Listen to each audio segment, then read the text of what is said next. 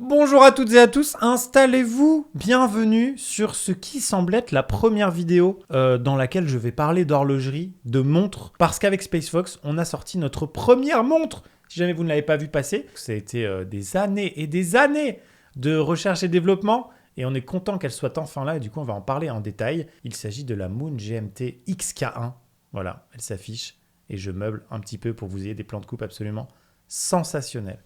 Je vais accueillir dans quelques instants, parce que vous êtes très observateurs, il y a des micros vides, donc je vais accueillir des gens de chez Acrone, qui est la maison horlogère avec qui nous avons travaillé, pour concevoir cette toute première montre SpaceFox. Que vous aimiez l'horlogerie ou pas du tout, je pense que parler de sujets passionnants comme ça devrait vous intéresser. Restez là, il y en a pour des heures. J'accueille tout de suite l'équipe d'Acrone. Eh ben bienvenue. Merci beaucoup. Merci d'avoir fait la route depuis si loin. C'est la première info. On a décidé de travailler avec vous et vous êtes sur Nantes et on est sur Angers. Pour ceux qui ne placent pas ces villes sur les cartes parce que ça existe, regardez, c'est proche. Donc ça fait plaisir. Ça a été un élément aussi déterminant d'avoir un coup de cœur sur une maison horlogère qui est vraiment pas loin. Ça fait combien de temps qu'on s'est rencontrés la première fois ? Trop longtemps. Là, je crois qu'on a mis quelques années là, quand même. Ça se compte en années là maintenant. C'est vrai que ça doit faire 3 ans si je dis pas de bêtises. Exactement. Je crois qu'avec Joey qui est derrière la caméra, qui est mon associé de toujours et le vrai patron de SpaceFox, je pense qu'on a commencé à évoquer la montre, je dirais 2 heures après la création du nom SpaceFox, je dirais 2-3 heures, je dirais. Ah oui, c'était rapide. C'est vraiment, je pense que c'était dans le projet SpaceFox au global. Un aboutissement qu'on voulait atteindre un jour, quoi. Mais en se disant, le level de complexité, il est débile, quoi. On va faire un tour de table, vous allez vous présenter. Votre parcours au collège, tout ça, ça m'intéresse peu. Mais par contre, ce que vous portez au poignet, ça m'intéresse. Qu'est-ce que vous faites chez Acrone, comme vous appelez, et qu'est-ce que vous portez au poignet, quoi ? Moi, je m'appelle Maxime, je suis designer du coup chez Acrone. Ça fait 9 ans que je travaille avec Erwan. Donc il y a une paire d'années qui se sont passées.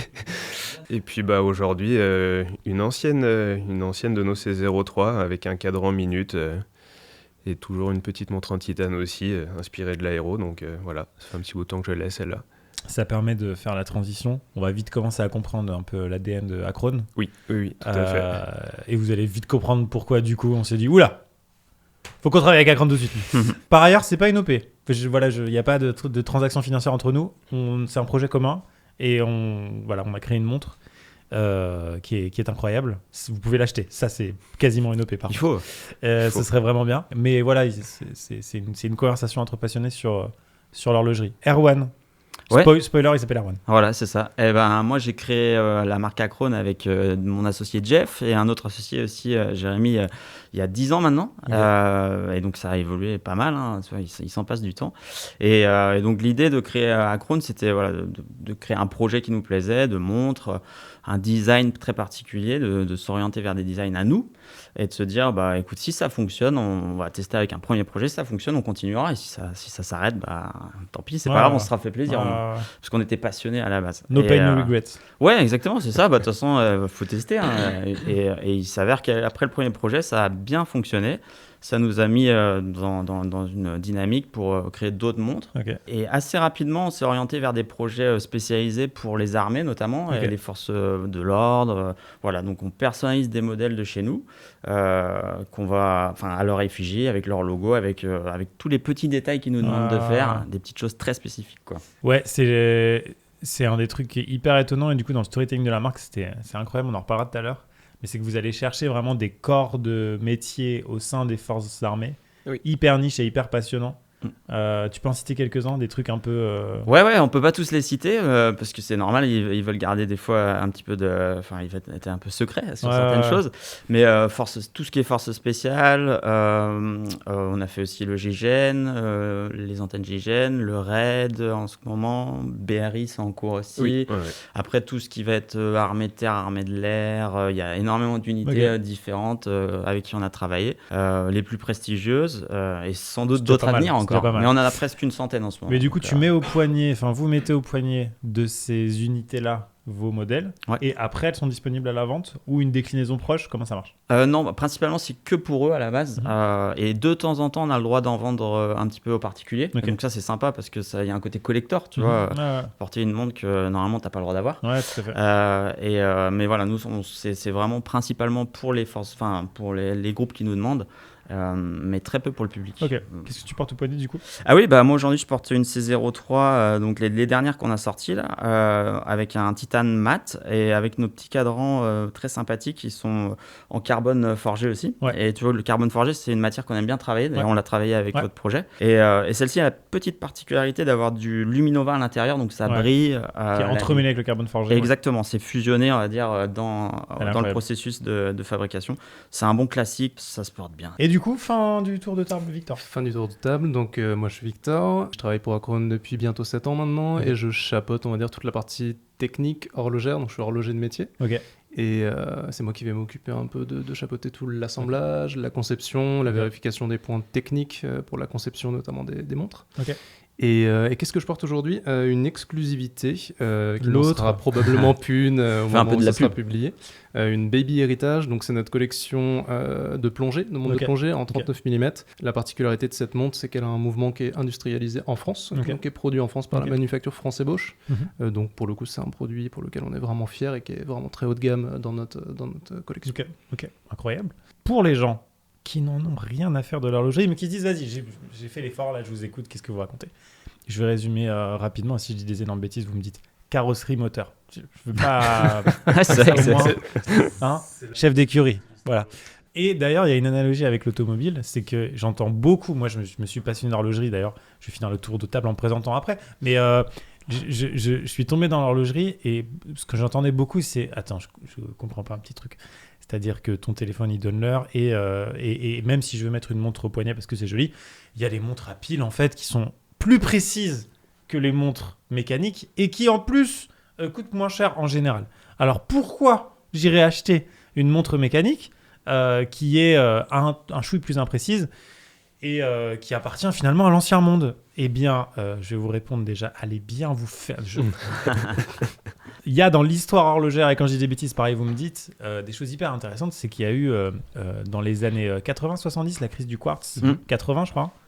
Et donc en fait, c'est l'arrivée des montres ultra précises japonaises qui fonctionnent à pile et qui sont très précises. Et ce jour-là, le monde de l'horlogerie a tremblé, puisqu'avant, c'était finalement des mécanismes où on remonte un ressort qui va libérer une énergie constante pour pouvoir donner l'heure. Ce qui existait depuis plus de 150 ans, j'en sais rien, mais voilà, ça faisait un moment facile, ouais. qu'on donnait l'heure grâce à ça. Et quand en fait les Japonais sont arrivés avec cette technologie-là, toutes les maisons horlogères qui proposaient des mouvements mécaniques dont on va parler pendant cette vidéo, se sont dit bah merci, au revoir, c'est terminé, ciao. Et finalement, des années après, on observe que même à l'heure de l'Apple Watch, il y a encore des montres mécaniques, et c'est d'ailleurs la montre Space Fox, c'est une montre mécanique. Donc pourquoi, c'est une question que je vous pose de manière ouverte, pourquoi on en est encore là, pourquoi on est encore passionné alors qu'il y a plus pratique à côté? Tu as fait une analogie. Je suis dans votre équipe, hein, vous avez compris, monsieur. Tu as fait une analogie super avec le milieu automobile. C'est finalement l'automobile, on peut aller d'un point A à un point B avec n'importe quelle auto concrètement. Juste, on va pas le faire de la même manière, dans le même esprit, avec le même storytelling aussi derrière. On a envie d'incarner quelque chose en portant une montre, c'est vraiment très important. Moi, ce qui me passionne toujours avec les montres mécaniques, et c'est une des raisons pour lesquelles je suis arrivé dans ce milieu, c'est la capacité à donner vie à des éléments qui sont finalement inertes, à des composants, à des ressorts, etc., sans circuit imprimé, sans pile, sans électricité quelconque, et d'arriver à donner vie, à mettre en mouvement des composants inertes, et ça, je trouve ça juste... Totalement.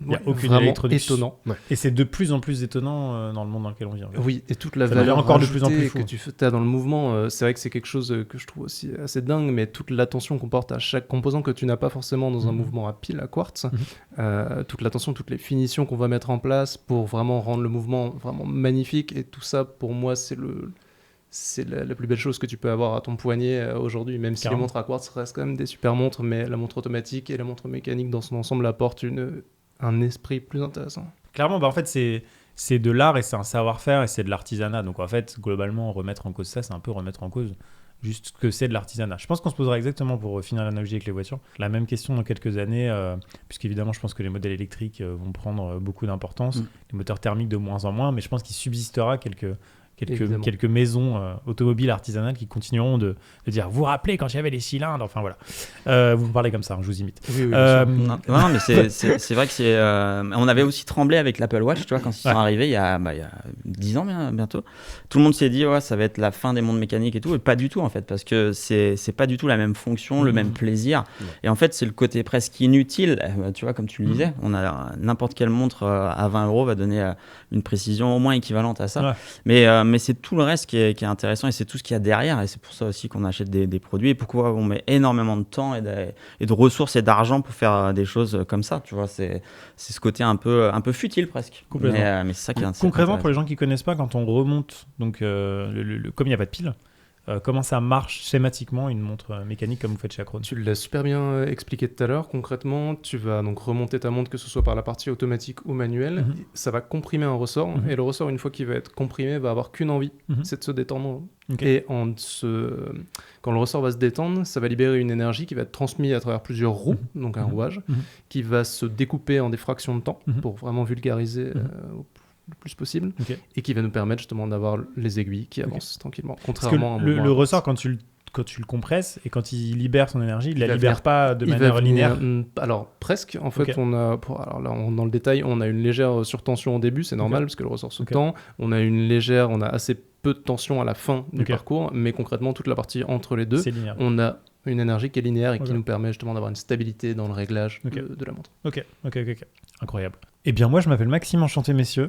Ravi. Enchanté. Et sur Internet à Mixem, donc ça, peut-être que les gens le savaient, mais les gens, peut-être ce qu'ils découvrent, c'est mon attirance pour l'horlogerie. Et je me suis reconnu complètement dans tout ce que tu viens de dire. Et je partage cette passion avec Joey, mon associé Space Fox, qui est derrière la caméra. Et on parle souvent de ça, des mouvements, des designs de montres, etc. Et c'est pour ça qu'on voulait emmener Space Fox vers cette direction-là. Alors, qu'est-ce que je porte au poignet déjà? C'est une infidélité à Acrone terrible. Ça va, c'est Serica, qui est une marque française que j'adore. Et je porte très très souvent cette montre. C'est un peu ma G-Shock, qui est une référence Casio qui est connue pour... c'est dans le titre, hein, pour t'accompagner dans la vie de tous les jours quand tu découpes des couches en carton, par exemple. Et c'est là, en fait, je me suis dit que ce serait ma montre d'exploration que j'allais emmener partout. Ma montre de souvenir, ma montre où j'en ai rien à faire si je l'explose, en fait. T'allais tout faire avec. Désolé pour Serica. Non, mais maintenant, ce sera la Space Fox, c'est sûr. Ce sera évidemment la Space Fox à partir de maintenant, mais je ne l'avais pas avant. Ah oui, et d'ailleurs, des gens, dans une de mes vidéos, ont vu à mon poignet un truc flouté. C'était un proto que j'avais oublié d'enlever pour la vidéo, voilà, extrait. Alors que Joey m'avait vraiment dit toute la semaine, tu vas pas la porter. Je lui ai dit, attends, tu me prends pour qui? Oh. Voilà, ça c'était les coulisses de cette vidéo-là pour ceux qui ne l'avaient pas vue. Eh bien, on enchaîne. J'ai plein de questions à vous poser sur comment est-ce qu'on a fait la montre, sur le pourquoi du comment. C'est parti, bienvenue dans cette émission qui n'a pas de nom. La genèse du projet. Parlons-en.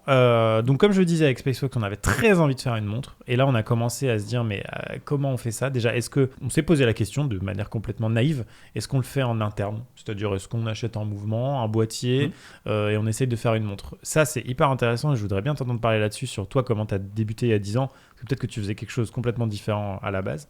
Mais bon, très vite, on s'est dit, il faut absolument qu'on ait un partenaire technique, parce qu'on ne saura jamais faire et que on a déjà essayé d'internaliser des choses techniques, notamment les bracelets SpaceFox, et rien qu'en termes de... c'est pas un boîtier de montre, mais ça reste un boîtier.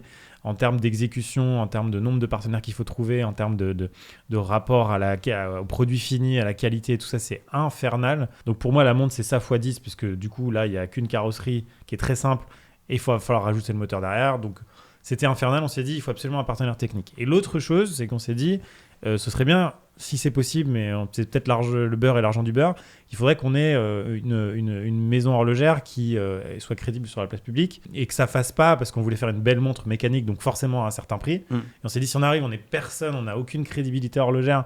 Je suis qui pour dire, j'ai fait ma première montre mécanique, je sors de nulle part, je suis youtubeur. À un moment donné, stop. Donc, c'était important pour nous d'avoir un partenaire qui a déjà fait ses preuves et qui, quand on en parle dans le game de l'horlogerie, les gens disent « Oui, ça va aller, ça va bien se passer ». Et toutes ces conditions-là ont été très, très vite remplies quand on vous a rencontrés. Ça s'est fait à Nantes, on est venu dans vos bureaux. Le feeling est bien passé.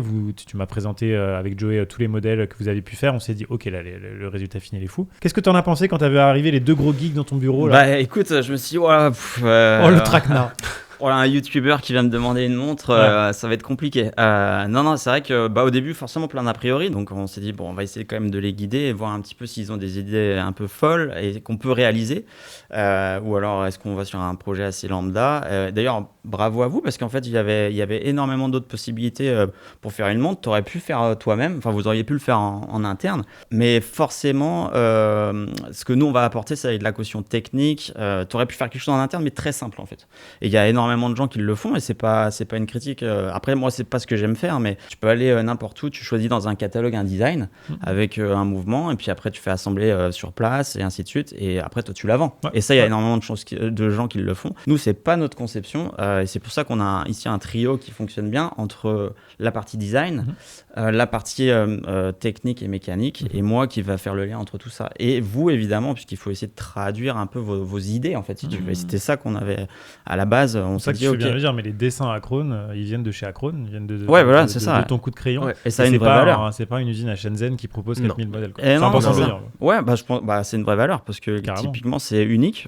Ce projet, on l'a réalisé pour vous, et tu le retrouveras nulle part ailleurs. Ouais, mais si je voulais rajouter un élément, c'est nous, on a toujours été passionnés par l'espace et par tout ce qui est lié à ça. On côtoie beaucoup de monde dans l'aviation, et c'est vrai qu'il y a forcément un lien. Quand vous nous avez contacté, on s'est dit il y a vraiment un projet qu'on n'a jamais fait.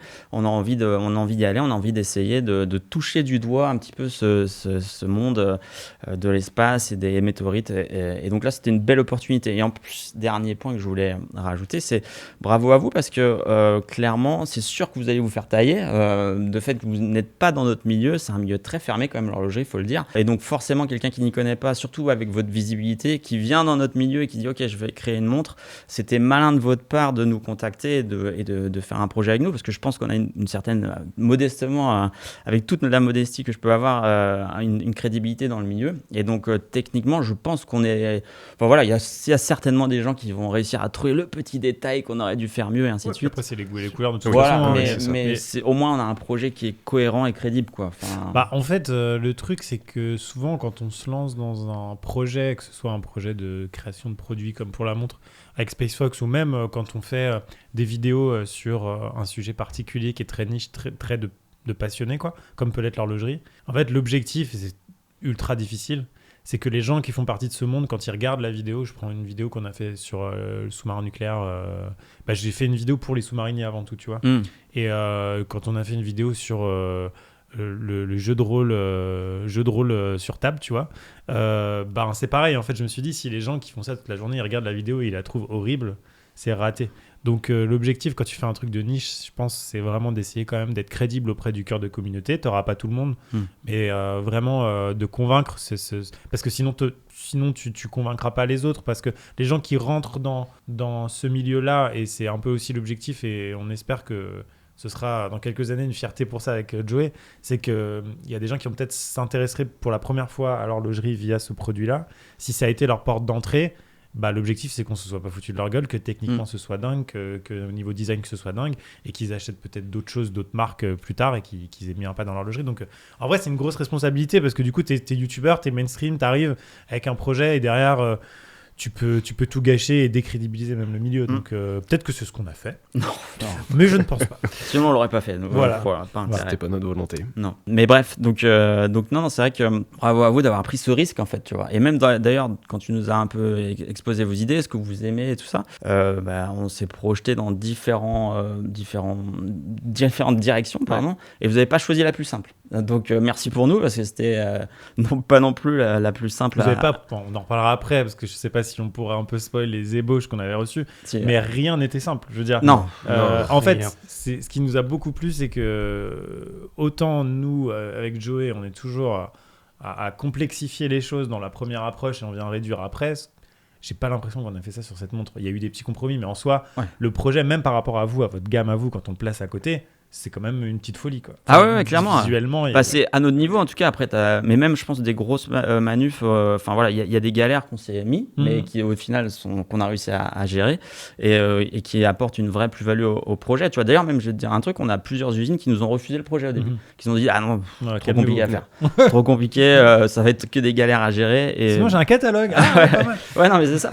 Mais au final, on a réussi, comme tu disais, avec des compromis, et on en parlera peut-être tout à l'heure, on a réussi à rentrer plein de choses dedans, et technique, et ça c'est une vraie, à mes yeux, c'est ça qui apporte énormément de plus-value au projet. Parce que nous, notre cahier des charges, on avait quand même des petites idées en tête un peu bloquées, quoi.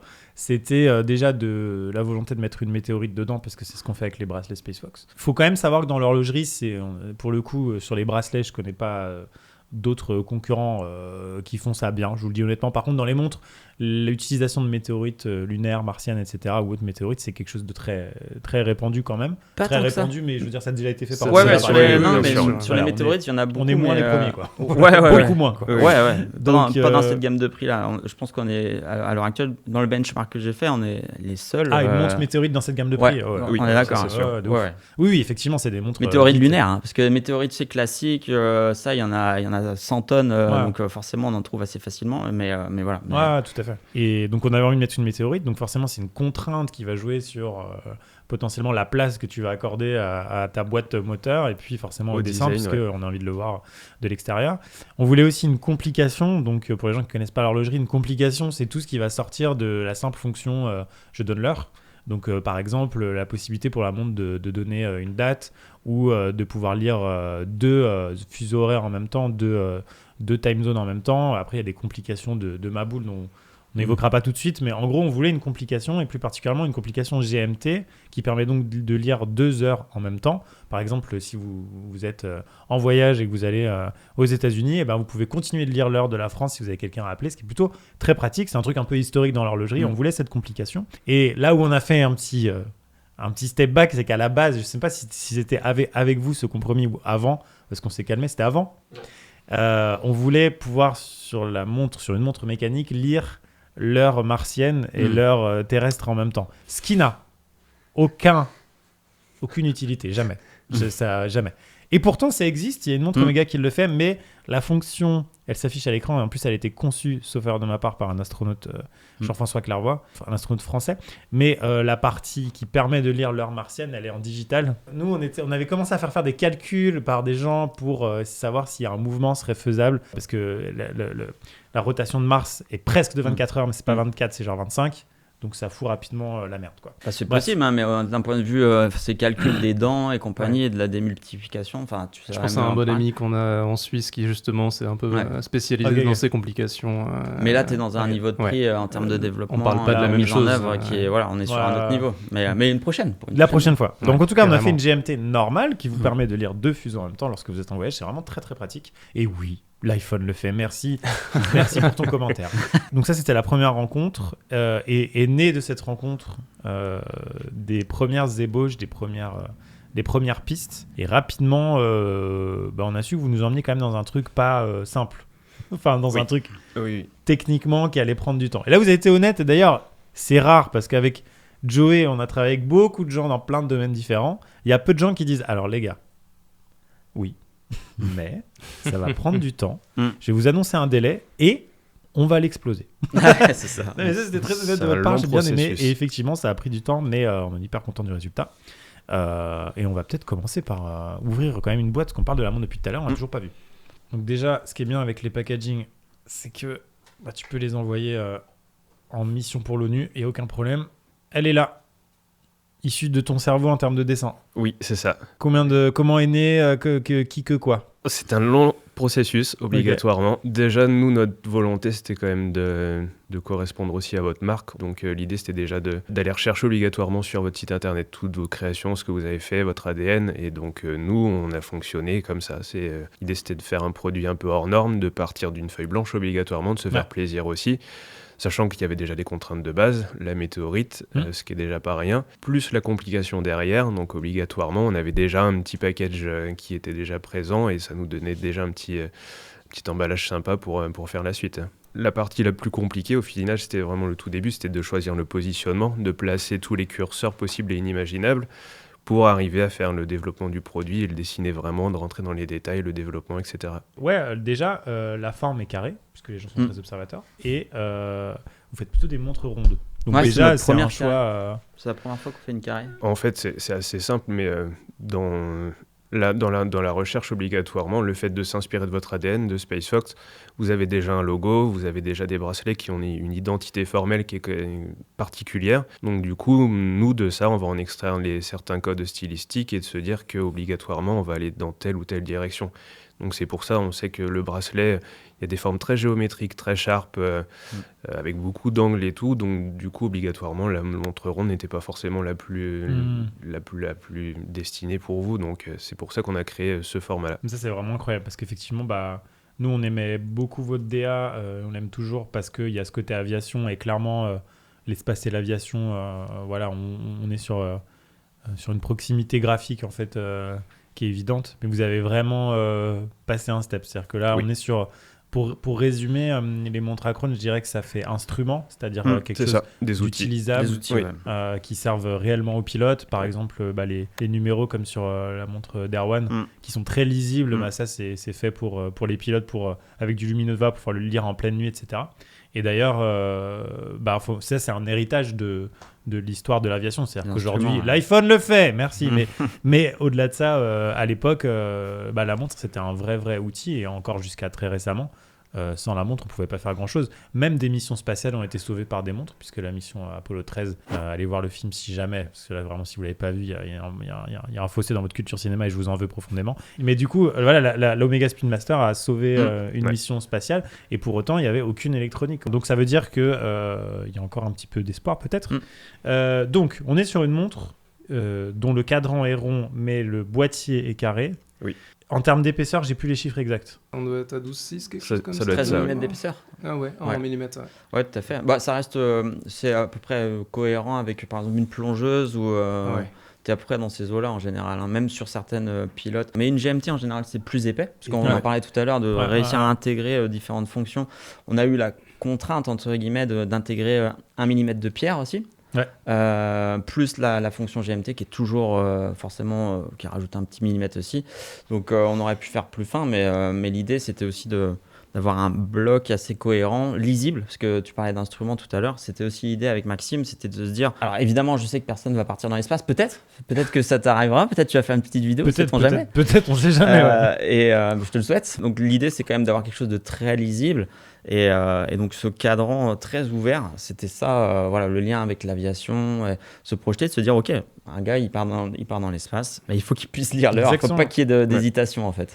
Donc ça du coup vous êtes resté sur le côté montre utilisable, mais là on est dans la science-fiction. Ce que vous faites c'est vraiment des montres utilisables, utilisées. Là celle-là tu te doutais bien qu'elle allait peut-être être un petit peu moins utilisée dans l'espace. Pas tout de suite.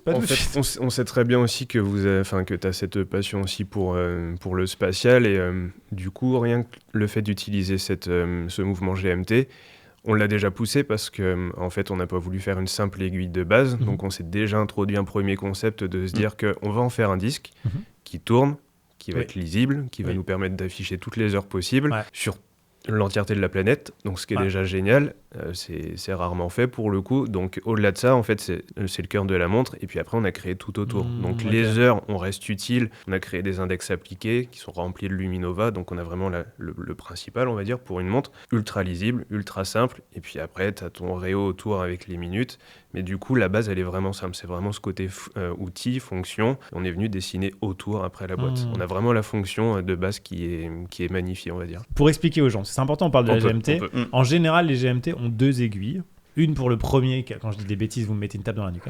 La première aiguille pour lire l'heure dans le fuseau dans lequel vous êtes actuellement, donc on va dire la France. Une deuxième aiguille pour lire là où vous allez peut-être aller en voyage, donc votre destination. C'est un exemple. Et vous pouvez même parfois lire un troisième fuseau avec la couronne sur certaines montres qui tourne et qui permet de... La lunette. La couronne, c'est ça. Vraiment rien à voir. La lunette qui tourne qui permet de lire un troisième fuseau. La subtilité de cette montre-là, c'est que c'est pas 2 aiguilles, c'est le disque central qui va tourner. Oui, exactement. Et ça, est-ce que ça existe sur d'autres montres ou est-ce que c'est assez rare? Comment ça t'est venu? Oui, pour le coup on le voit rarement, l'utilisation de disques. Un disque GMT, je l'ai pas vu. C'est vraiment pas banal en termes de technique. C'est sympa parce que si tu veux, ça ramène le cadran en fait. Ça fait comme, c'est le cadran qui est animé. Alors que d'habitude, ça te donne une hauteur d'aiguille un peu plus. Enfin, t'as plus d'aiguilles, t'as 4 aiguilles. Alors que là, t'as le disque qui prend la place d'une aiguille et qui vient au niveau du cadran. Et en fait, nous, on trouvait ça esthétiquement intéressant de ne pas avoir cette hauteur d'aiguillage. Bon, après, là, c'est un truc de puriste, hein, et d'avoir quand même la fonction GMT en disque. Et, en fait, la fonction GMT, elle est cachée, quoi. Finalement, elle est... Ouais, voilà, elle est intégrée dans le cadran Ouais. et c'est assez intéressant. Et là, ce que tu n'as pas précisé, c'est qu'en fait, c'est une world timer, c'est-à-dire qu'on a les fuseaux horaires et l'horaire de toutes les villes dans le monde entier, alors les principales, hein, en même temps et qui se suivent. Donc tu peux lire dès que tu le règles une fois, tu peux lire toutes les heures. Ouais, tu peux regarder Rio d'un coup d'un alors seul. que tu l'as pas réglé sur Rio. Exactement, c'est ça. C'est ça. C'est incroyable, c'est le monde de voyageurs. On voit de toute façon le côté aventure, résistant. Après, on va parler de la conception. Des matériaux de pourquoi normalement tu peux l'emmener et ça peut être ta montre de vie et tu peux l'avoir tout le temps au poignet et vivre avec. Et c'est ça aussi, c'est que les gens aussi qui découvrent l'horlogerie, ils se disent ah putain non, une montre comme ça, je peux pas, je vais la porter que à certaines occasions. Non, c'est fait pour vivre et pour se prendre des coups, et on verra que normalement il n'y a pas trop de problèmes. Je parle vite fait du fond de Poitiers. Ouais. Oui. Ouais. Attention, les termes sont importants. C'est ça. C'est énorme. On a des puristes qui vont regarder la vidéo, tu vois, donc fais pas Si d'erreur. j'ai pas le bon vocabulaire, je vais me Ah fais ouais. défoncer. La masse oscillante, ça c'est hyper important parce que, on l'a dit, il n'y a pas d'électronique, il n'y a pas de pile. Quand votre montre est à l'arrêt, du coup, vous la remontez avec la couronne qui est là, donc ça tend en fait le ressort. Mais il y a une autre manière de tendre ce ressort et de la remplir entièrement d'énergie. Là, je passe un peu plus sur la partie mouvement. Est-ce que tu peux nous parler de ça vite fait ? Donc du coup, ce qu'on disait tout à l'heure, le principe d'un mouvement automatique, ça va être finalement d'avoir une masse, comme tu viens de l'expliquer, qui va nous permettre de remonter grâce aux portées. La personne va porter sa montre va la prendre le matin à 8h, la déposer à 18h le soir, bon bref. Et avec les mouvements du poignet dans ta journée, tu vas avoir une petite pièce à l'intérieur qu'on appelle la masse oscillante, et qui va remonter, qui va retendre ce ressort pour permettre le fonctionnement. Donc théoriquement, l'avantage d'une montre automatique, si tu la portes tous les jours, ta montre ne s'arrête jamais. Donc c'est parce que ça, les gens savent en vrai des fois pas, quand ils découvrent l'horlogerie, ils se disent attends, mais du coup s'il n'y a pas de pile, il faut la remonter à chaque fois, je vais pas y penser. Pas du tout. Tu la portes tous les jours, elle sera toujours à l'heure. Donc par contre, si tu la portes pas, elle s'arrêtera au bout de 42 heures. En fait, on a une réserve ce qu'on appelle la réserve de marche, la c'est-à-dire réserve de marche, c'est la batterie en fait. La contenance de la batterie. Exactement, c'est l'autonomie. Ouais, c'est-à-dire tu remontes ce ressort au maximum, soit par le porté, soit avec la couronne, et la montre, si elle est immobilisée, va s'arrêter au bout de 42 heures. Si tu l'as pas portée du coup pendant un peu moins de 2 jours. Voilà. Bon, cette montre, c'est un vaisseau spatial. Vraiment, on sent qu'il y a beaucoup d'inspiration science-fiction. Tous les films autour de l'espace futuriste, en fait, elle est très très futuriste. Comment t'es parti, quels ont été parce que tu dis que tu as construit tout autour du GMT, etc. Mais ensuite, sur les finitions, sur le dessin extérieur, comment tu es arrivé à ce résultat-là ? Après, sur la boîte, en fait, on va dire que de base, comme on sait que la montre, elle va être relativement épaisse, au final, on a un mouvement qui est épais, on a de l'épaisseur avec la météorite. Obligatoirement, on sait que nous, dans nos contraintes, on a ça à prendre en compte et qu'on doit dessiner la montre pour ça, enfin, en fonction de ça, pardon.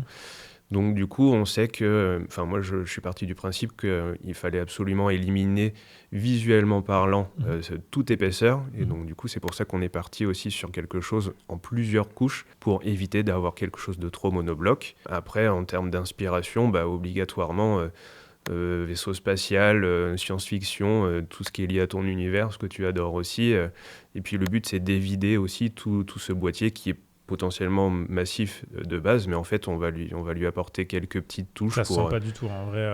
Je veux dire, il y a rien de disgracieux, c'est incroyable. C'est vrai que c'était ma crainte au début de me dire la contrainte qu'on vous impose de mettre une météorite va faire qu'on va rajouter peut-être le millimètre de trop, et en fait le résultat final ça se sent pas du tout. Alors cette montre, elle est faite en quel matériau ? Alors on va dire que l'intérieur de la montre c'est du titane, qui a une finition en gunmetal, donc c'est un petit peu plus foncé que du titane traditionnel. C'est un DLC qui protège aussi le titane des traces de doigts et aussi qui le rend plus résistant aux rayures. Okay. Donc du coup c'est un matériau qui est très résistant, qui est en plus léger, donc pour le coup on a un cœur de montre qui est quand même ultra costaud tout simplement, et puis au-delà de ça on est venu le renforcer visuellement pour la praticité de la montre, on va dire. On est venu réadapter des bumpers en carbone forgé par-dessus, histoire de dire qu'on peut arriver à les changer tout simplement. Ça va être ces petites pièces qui vont prendre potentiellement des petits coups, et on est capable justement de venir les changer derrière. C'est une sorte de protection de montre, tout simplement. En carbone forgé. Voilà. Rien que ça. Comme ça, au moins. Ça, c'est classe. Mais ouais, c'est ça, c'est qu'effectivement, c'est les bords les plus exposés dans la vie de tous les jours, donc ça peut prendre des coups. Oui. Et en termes de SAV, en fait, c'est remplaçable et potentiellement, sachant que c'est du carbone, donc il faut quand même le péter le carbone, mais si jamais ça devait arriver, ça c'est changeable et plein de choses sont changeables. En fait, je veux dire, évidemment, la vitre, Le verre Le saphir. verre. Le verre. Saphir invariable. verre saphir invariable, le titane, le carbone. Tu m'as parlé tout à l'heure de la durée de vie d'une montre comme ça. Ouais, alors Victor pourrait mieux en parler, mais oui, je pense que là, à mes yeux, si c'est bien entretenu par un horloger de ton calibre, Allez. c'est au moins une trentaine d'années, 40 ans, que sais-je. C'est la durée de vie d'une montre mécanique. L'avantage, c'est que ça se répare. C'est vraiment un objet qui est pensé pour durer. C'est pas un objet que tu vas jeter dès que le mouvement dysfonctionne ou quoi que ce soit. Tu vas le faire entretenir. Et c'est ce qui est, moi, je trouve ça très très beau aussi dans l'horlogerie. C'est tout ce côté transmettre finalement des montres aussi à des générations futures qui seront bien entretenues et de faire vivre ces objets. Dans ma collection, j'ai des montres qui datent. Mes grands-parents n'étaient pas encore nés à ce moment-là, d'avant les années 40. Ouais. Et je trouve ça absolument génial de se dire que tu as un petit morceau d'histoire à ton poignet qui a été entretenu génération après génération, horloger après horloger, et qui est toujours en état de fonctionnement. Et ce sera le cas pour cette montre-là. Donc c'est globalement, en fait, c'est un peu l'objet d'une vie aussi. En fait, vous comprenez qu'il y a aussi clairement une volonté de ma part de justifier le prix. On est tous très très contents du prix qu'on a réussi à positionner parce que c'est hyper compétitif. Mais pour les gens qui arrivent et qui connaissent rien, à l'horlogerie, ils disent ouais, super. Ce prix-là pour donner l'heure, voilà. Mais ça explique beaucoup. En vrai, ça, c'est l'argument le plus, je trouve, le plus fort parce que dans notre quotidien actuellement, il y a quand même très très peu d'objets qui peuvent s'asseoir à la table de cette montre et dire je suis là encore dans 40 ans. Ouais. C'est quand même très très peu probable. Je veux dire, c'est impressionnant à quel point tout est remplacé très vite, tout est obsolète très vite. Alors Maxime, au-delà du design, du coup de crayon global, quel petit détail tu peux nous décrire sur cette montre? Parce qu'il y a vraiment plein de petits détails, on a envie de la regarder sous tous les angles. Il y en a pas mal, effectivement. Mais déjà, votre logo, il est placé à midi. C'est un index appliqué, on en a parlé tout à l'heure. Donc, il est rempli de Luminova. Luminova, c'est ce qui a la lumière. La matière devient luminescente, du coup. fluorescent quand Exactement, ouais. Qui est quelque chose de très iconique. Oui, c'est Et ce qui fait super que ça connu. fait ces plans-là absolument somptueux de nuit. Non, mais du coup, on vient pas brouiller la lisibilité de la montre. C'est toujours dans ce but d'avoir une vraie fonction qui est mise en avant. Et donc, du coup, votre logo, il est vraiment placé de manière intelligente dessus. Après, on peut parler aussi des aiguilles. L'idée, c'est toujours de faire le plus efficace aussi. On va pas essayer de brouiller quoi que ce soit sur le cadran. Donc, je sais que l'aiguille des heures, la principale inspiration, c'était un vaisseau spatial. On essayait de le styliser pour qu'on ait vraiment une forme bien particulière, mais en même temps simple et efficace. Et puis après, sur le boîtier, on peut retrouver divers détails. Effectivement, on a des petites stries qui peuvent nous faire penser à des events qui sont sur les vaisseaux ou même sur le registre de science-fiction. On a des petits marquages gravés qui nous font penser aussi, déjà pour de la lisibilité pure et des petits détails qui sont sympas. Vraiment ce côté, on a pensé à plein de petites choses cool. Une petite private joke, le No Electric Device, Exactement. parce qu'il n'y a pas d'électricité et de pile dans la montre. C'est un petit clin d'œil à tous les gens qui disent comment on change la pile. Voilà. Et c'est ce qu'on trouve souvent sur les avions ou les navettes spatiales. Si je dis pas de bêtises, c'était pas tout à fait la même chose. C'est No Electronic Device, mais là c'était pour voilà. Qui est plutôt pour dire n'approchez pas d'appareils électriques de cet endroit parce que c'est dangereux. Pour pas les du coup, c'est perturber c'est aussi.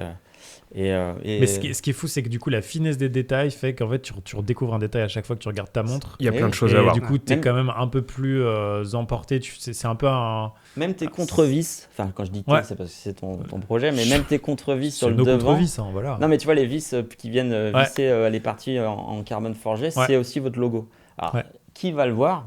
Probablement personne. C'est un peu comme une sorte de poupée russe en fait, c'est-à-dire que tu achètes un objet, tu achètes une montre finalement, et plus tu creuses, plus tu te concentres, plus tu commences à voir tous les détails qu'a apporté Maxime dans le design. Et ça, je trouve ça vraiment dingue de s'en rendre compte d'un nouveau détail un peu chaque jour. C'est exactement ça. Et puis votre logo nous permettait déjà d'avoir une forme géométrique simple qui soit super efficace, donc qui peut nous servir pour créer un index.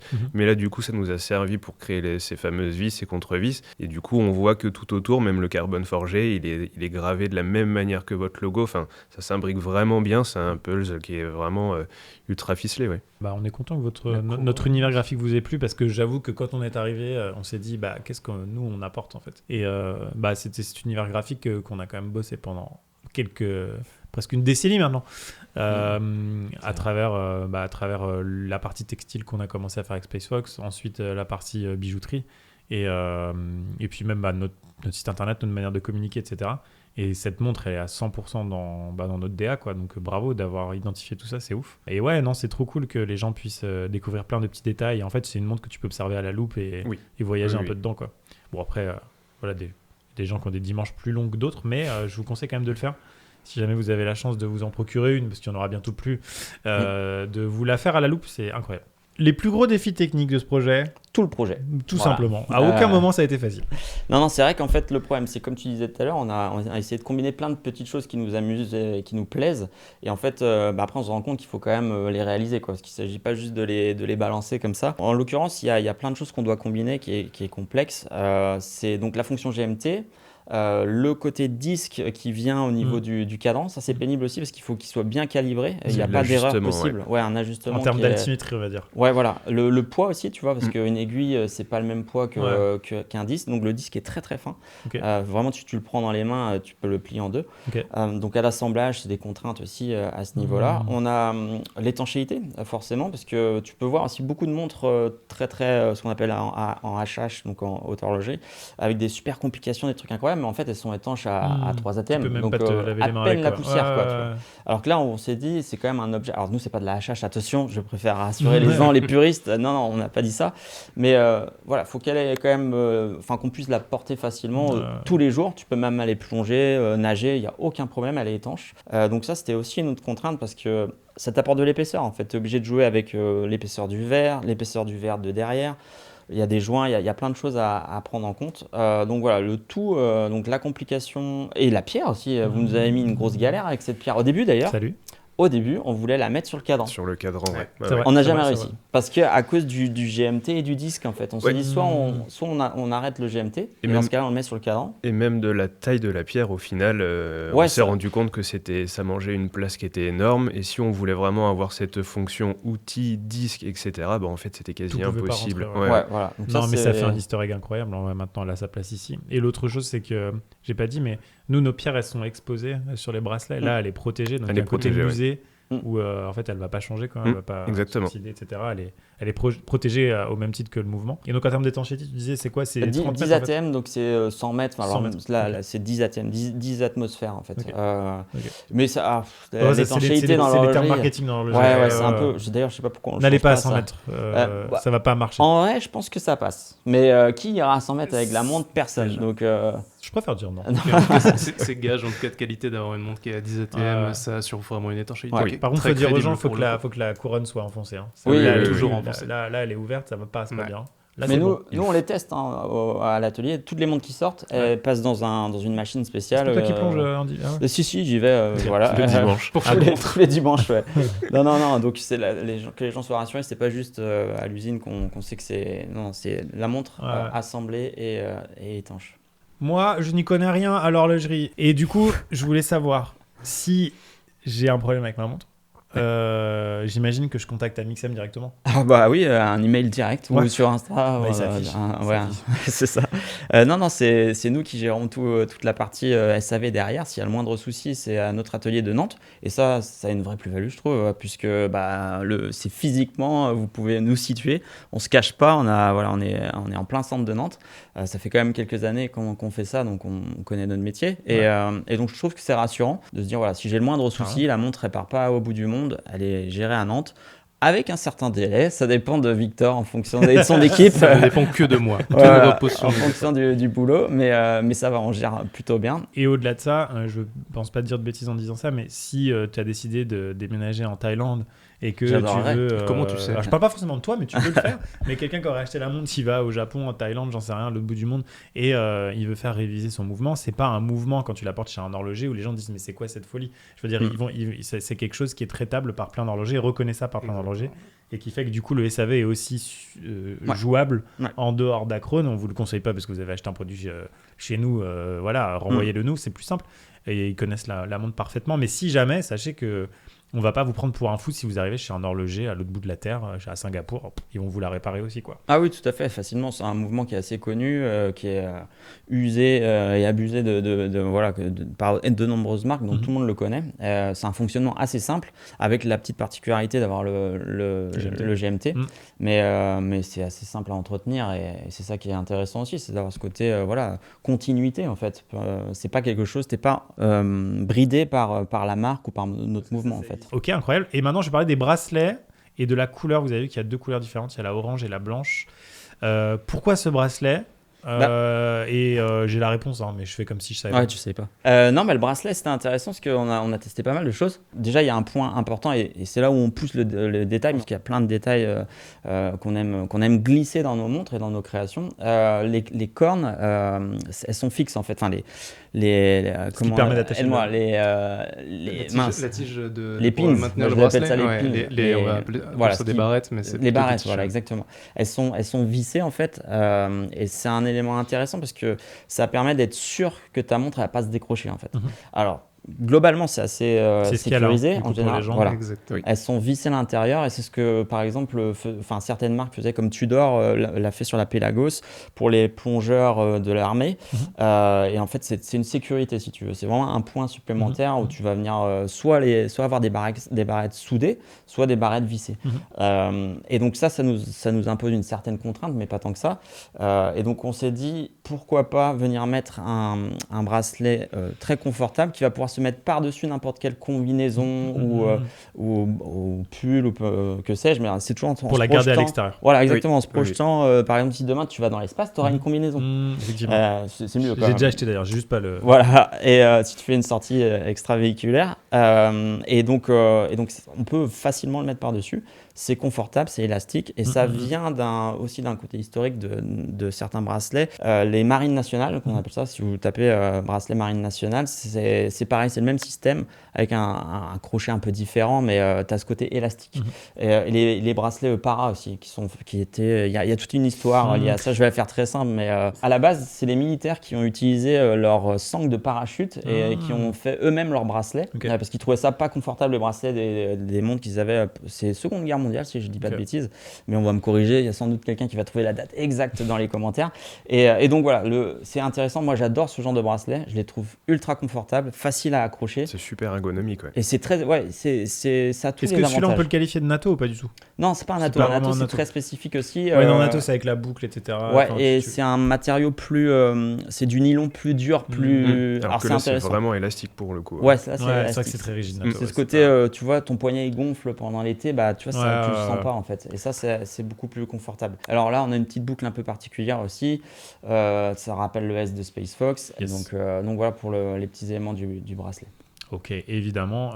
Chacun peut le changer aussi un peu. Voilà, c'est ça. Voilà, il suffit juste de dévisser la. Vous pouvez acheter un bracelet sur internet, changer votre bracelet, etc. Parlons du moteur du coup. L'intérieur de la montre, qui je le rappelle n'est pas électronique, il n'y a pas de pile et tout ça. C'est un ressort qui libère de l'énergie et qui permet de donner l'heure, de donner une... Quelle est la précision d'ailleurs de ce mouvement? Dis-nous tout. Ce qui est beau par rapport à ça, c'est qu'en réalité, donc on a parlé d'un ressort, mais il y en a deux qui sont très importants. On va avoir le ressort qui donne l'énergie, ça c'est super intéressant, et on va avoir le ressort qui découpe le temps. Donc c'est ce qu'on appelle un ressort spiral sur un balancier spiral.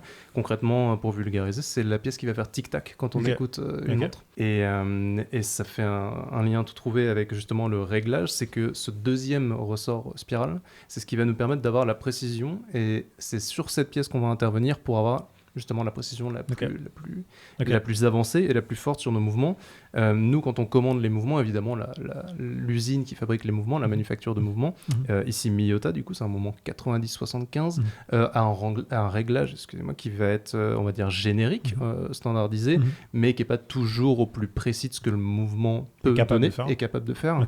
Et la particularité, nous, qu'on a en interne, c'est vrai sur le modèle Space Fox, c'est vrai sur tous nos autres modèles, c'est qu'on va régler en interne avec nos horlogers, avec notre équipe à l'atelier sur Nantes, on va régler ce petit composant en particulier pour donner au mouvement la plus grande précision possible et le pousser dans ses retranchements. Ok.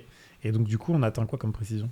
On attend quoi comme précision là-dessus sur, on va dire, une moyenne, on va être entre -8 à +8 secondes par jour à peu près, donc c'est sur un calcul moyen de plusieurs positions. En l'occurrence, nous on teste toutes nos montres sur 6 positions, ce qui est assez rare. Ça veut dire concrètement qu'elle est testée en position verticale, horizontale, à l'envers, sur le côté, etc. C'est ça. Ok.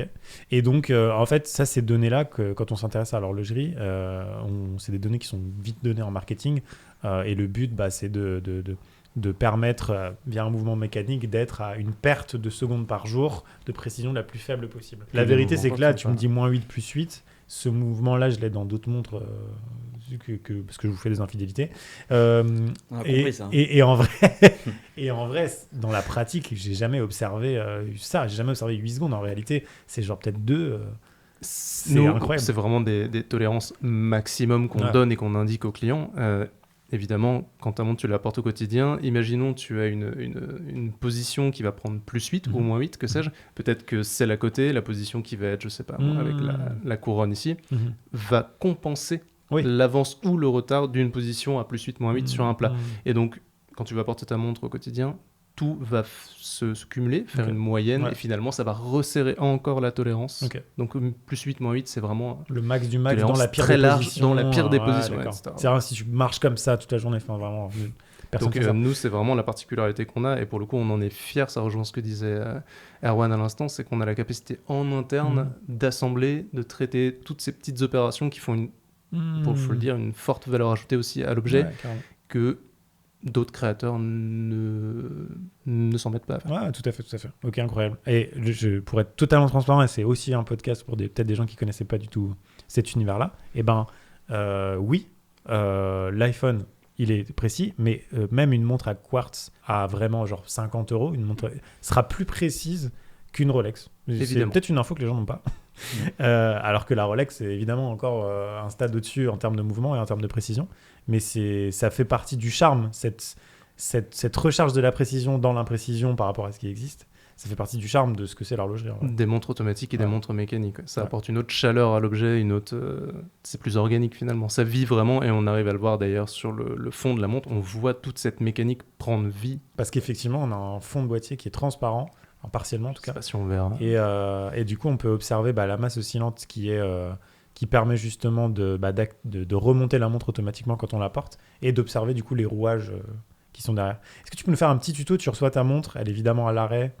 Qu'est-ce qu'on fait quand on la reçoit et qu'on veut la mettre à l'heure? Alors, vous la recevrez normalement du coup à peu près à 10h10, si on a bien fait notre taf. 10h10 étant 10h10, en fait, étant la ref, la private joke de l'horlogerie. On livre nos montres à 10h10 à chaque fois. C'est vraiment, ça découpe le cadran de manière assez harmonieuse, et puis au moins tous les clients reçoivent leur montre à 10h10. C'est vraiment très standardisé, c'est très bien, tout est équilibré, c'est joli. Pour remettre une montre à l'heure, rien de vous engagez simple. Sur un truc où je peux te dire, je vais prendre des commentaires si c'est 20h22. Ouais. Et il y a une raison pour laquelle c'est 10h10. Donc pour concrètement mettre à l'heure une montre, on va avoir plusieurs étapes. Sur ce mouvement-là, ça va être très très simple. La position où la couronne est poussée au maximum contre le boîtier va permettre de remonter, comme tu l'as dit, le mécanisme, le ressort, retendre le ressort. Donc au début, tu tournes un peu ta couronne. Donc on va remonter, on va redonner de l'énergie finalement à la montre qui, pour le coup, n'en a peut-être pas vu qu'elle a été... ça, on va dire que c'est le démarreur, on peut dire ça ou pas? Exactement. C'est-à-dire que ça lance un parfait. petit peu... Le mot démarreur, il est parfait. Vous allez lancer la montre. Donc quelques tours, vraiment 3 tours. Vous pouvez vraiment y aller en termes de remontage. Nous, ce qu'on conseille sur ce moment-là, c'est de remonter une trentaine de tours pour vraiment donner une énergie maximale au mouvement. Encore une fois, c'est un outil qui est conçu pour résister si jamais vous tournez trop. Donc c'est ça l'avantage aussi d'un mouvement automatique. Vous pouvez tourner la couronne de manière... c'est-à-dire que tu risques pas de la casser. Ça débraye concrètement. Ouais, okay. Et l'énergie, le ressort est complètement tendu à 30 tours. Oui, vraiment, 30-35 tours, le ressort va être au max de sa capacité, et plutôt que de casser, justement, si on remonte trop la montre, ça va débrayer, ça va sauter à l'intérieur pour justement pas que ça casse. La première position va nous permettre de régler l'aiguille des heures. Alors, je ne sais pas si on verra à la caméra. L'aiguille des heures, justement, ça va nous permettre de changer, si on part en voyage, de changer cette heure de GMT qui est si importante et qui est le cœur de l'objet et de notre collaboration. Donc ça va permettre de régler à la fois l'aiguille des heures, donc soit locale, soit de voyage, et puis de régler la date qui est à 6 heures. Et puis si on tire, enfin, en deuxième position, on va pouvoir régler directement les minutes et régler l'heure aussi, par conséquent. Donc c'est vraiment 2 fonctions. Première position, on va régler tout ce qui va être GMT et date, et dernière fonction, on va régler l'heure. La complication d'abord et après l'heure. On peut parler d'un défaut de la montre. Ouais, bien sûr. Parce qu'il y en a au un. montage, mais vas-y. Non. Il y a un défaut qui est lié à ce mouvement et qu'on ne peut pas corriger, c'est qu'on n'a pas de date rapide là-dessus. Donc, c'est ultra pénible. Si tu loupes la... Non. J'ai un contre-argument à ce j'adore. défaut. Ah, vas-y, parce que moi, je trouve ça pénible. Règle, sur un mouvement traditionnel, tu peux la régler que dans un sens, la date. Alors que là, tu peux remonter la date à l'envers, chose qui n'est pas possible sur un mouvement traditionnel. Mais t'es sérieux? Mais j'ai jamais vu ça. Voilà. Je les ai réglés l'autre jour, je me suis tapé... Moi, je savais, mais bon, ils ne sont pas encore tout à fait au clair. Ah non. Oui, effectivement, le réglage de la date, quand tu loupes le coche, sur certaines montres, ça va plus vite. Voilà. Pourquoi ? Parce qu'en fait, tu peux directement jouer sur le calendrier, donc vraiment changer les numéros 1, 2, 3, 4, 5, 6, 7, 8, 9 de la date du mois, et pas avoir à refaire le tour des aiguilles deux fois un tour complet de l'aiguille des heures par jour pour passer une date. Donc là, on doit le faire sur cette montre-là pour faire un mois entier. On doit faire 2 fois le tour des aiguilles de l'heure. Mais sauf qu'on peut revenir en arrière, donc ça va. Et donc, on a une fonction rapide, justement, avec l'aiguille. L'aiguille des heures qui nous permet de switch et on peut aller dans les deux sens. Donc c'est à la fois, je suis d'accord, c'est à la fois un défaut par rapport à un disque traditionnel, on va dire, et à la fois la possibilité de remonter en arrière. Ça prend, pour paramétrer une montre, quand vous recevrez votre montre, ça prend 3 minutes, 2-3 minutes à paramétrer entièrement. C'est comme une GMT Master en fait, on va. Oui, c'est un système de GMT Master. GMT. Et on a, à propos de la date, on a un petit easter egg que tu peux... Vas-y, non, fais-toi plaisir. Je voulais qu'on en parle. Ouais. À la date du 21, le jour de l'alunissage, effectivement, on a dessiné le petit lemme qui vient en lieu et place du chiffre 21. Étant donné qu'on a été dans le détail, c'est de rien que ce petit détail-là, cette pièce-là, on a été capable de le reprinter avec la police, la typographie qui est déjà utilisée sur le cadran, sur la montre dans son entièreté. Et on est venu rajouter ce petit motif du lemme, donc comme quoi on a poussé le détail. Il est incroyable quand même. Juste sur le dessin de l'arrière, étant donné qu'on a un petit motif avec la pierre, etc. Sur la masse oscillante aussi en plus. Ouais. Qui a été fait au laser ou comment c'est fait en fait? C'est printé pour le coup sur la masse. Okay. Ouais. Et sur la demi-lune qui est là également? Oui, en fait là c'est pour le coup c'est en laser. C'est gravé. Et, là c'est gravé, là c'est printé. Okay. Exactement. Tout simplement l'idée, ce qu'on se disait tout à l'heure, de base l'avant de la montre c'est vraiment la fonction. On vient à l'essentiel et tu lis l'heure comme tu le sens. Par contre derrière on peut se permettre obligatoirement c'est plus esthétique. Donc là le but c'est de rapporter un peu de poésie et du coup on est venu créer un petit motif qui est en même temps sur la masse oscillante.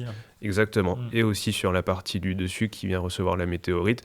On a vraiment ce petit cosmonaute qui vient marcher avec, on le voit avec les petits pas et puis il y a votre logo SpaceFox. Donc il y a vraiment un petit univers qui a été créé. C'est aussi un beau petit plus. Puis c'est génial que cette complexité-là et ce storytelling-là, il soit caché. En fait, il est que pour toi, tu le regardes. Exactement. Et en plus, tu as la météorite lunaire.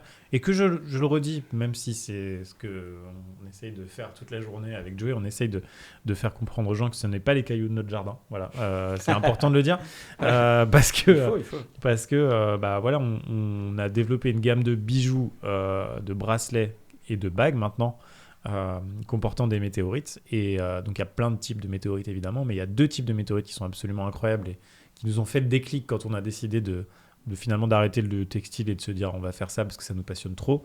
C'est qu'il existe des météorites lunaires et martiennes, c'est-à-dire des véritables morceaux de Lune et de Mars qui sont naturellement arrivés sur Terre.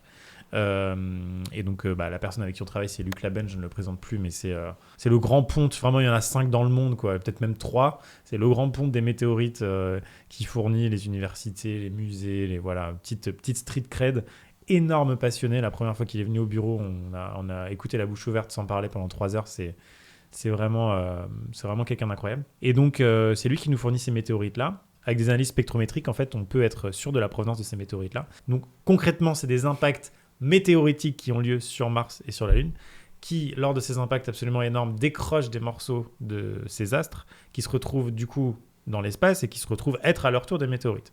Et avec le hasard des champs gravitationnels, ça finit par parfois croiser le chemin de la Terre et on finit par les retrouver sur Terre. Ce qui est très très très amusant, c'est que Luc a tellement de météorites que la NASA ou les agences spatiales qui ont besoin de calibrer les outils pour les rovers qui vont aller sur Mars, lui demandent des météorites. Donc, il a déjà fourni des météorites pour ces agences-là. et il a déjà du coup renvoyé certaines de ces météorites sur Mars. Donc La alors boucle on est parle, il bouclée. y a des météorites de Luke C'est incroyable. où en fait le petit rover il vient faire son forage, il fait attends je suis pas calibré, la météorite de Luke, oh, ok c'est bon.